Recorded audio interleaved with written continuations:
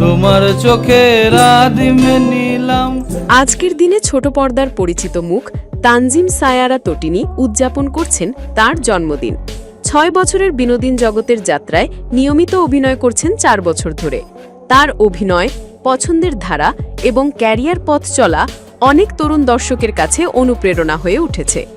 ছোটবেলায় অভিনেত্রী হওয়ার স্বপ্ন ছিল না তটিনীর, বরং তিনি হতে চেয়েছিলেন গাইনোকোলজিস্ট। মেডিকেল ভর্তি পরীক্ষাও দিয়েছিলেন, সুযোগ পেয়েছিলেন নীলফামারী মেডিকেলে। তবে বরিশালের মেয়ে তটিনীর ইচ্ছে ছিল নিজ জেলার মেডিকেলে পড়ান, যা না পাওয়ায় মেডিকেলের পথ আর অনুসরণ করেননি। পরে তিনি ঢাকার নর্থ সাউথ বিশ্ববিদ্যালয় থেকে বিবিএ সম্পন্ন করেন। অভিনয়ের কোনো পরিকল্পনা না থাকলেও সময়ের পরিক্রমায় এবং ভাগ্যের ইশারায় তিনি অভিনয়ের দিকেই ধাবিত হন। 2019 সালে বিজ্ঞাপন চিত্রে কাজের মধ্য দিয়ে বিনোদন জগতে প্রবেশ করেন। তখনও অভিনয়ের প্রতি গভীর টান তৈরি হয়নি, কিন্তু চরকির অ্যান্থোলজি সিনেমা এই মুহূর্তেতে অভিনয়ের অভিজ্ঞতা তাকে ভাবিয়ে তোলে এবং তিনি সিদ্ধান্ত নেন অভিনয়কে সিরিয়াসলি নেওয়ার। এরপর নাটকে নিয়মিত হয়ে ওঠেন। তার কাজ ও অভিনয়ের পরিপক্কতা তাকে চলচ্চিত্রেরও প্রস্তাব এনে দেয়।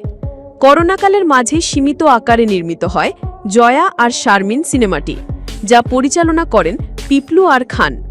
এই ছবিতে জয়া আহসান ও মহসিনা আক্তারের সঙ্গে কাজ করেন তটিনী।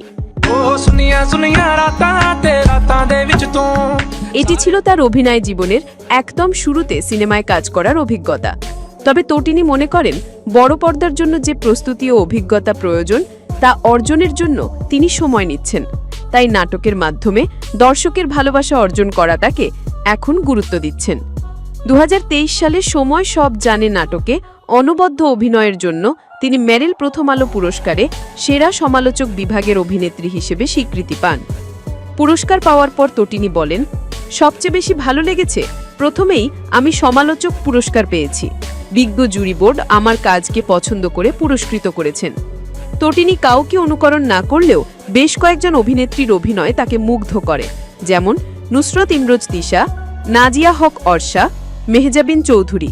কাজ বাছাইয়ের ক্ষেত্রে তার একটি সুস্পষ্ট নীতি রয়েছে, প্রথমে গল্প, তারপর পরিচালক ও সহশিল্পী। 3টি বিষয়ই আমার কাছে গুরুত্বপূর্ণ। জুটি হিসেবে ইয়াশ রোহানের সঙ্গে তার রসায়ন দর্শকেরা সবচেয়ে বেশি পছন্দ করেছেন। তবে ব্যক্তিগতভাবে জিয়াউল ফারুক অপূর্বর সঙ্গে কাজ করে সবচেয়ে বেশি আনন্দ পান তটিনী। তার ভাষায়, আমি বলছি না অন্যদের সঙ্গে কাজ করে ভালো লাগে না, আমাদের কয়েকটি কাজ দর্শক পছন্দও করেছেন। আনুপাতিক হারে অন্যদের সঙ্গে আমার কম কাজ হয়েছে। তার এই জন্মদিনে শুভকামনা। অভিনয়ে আরও এগিয়ে যাক তার যাত্রা। ছোট পর্দা থেকে শুরু করে বড় পর্দা সবখানেই ছড়িয়ে পড়ুক তটিনীর মেধা, দৃঢ়তা আর অভিনয়ের জাদু।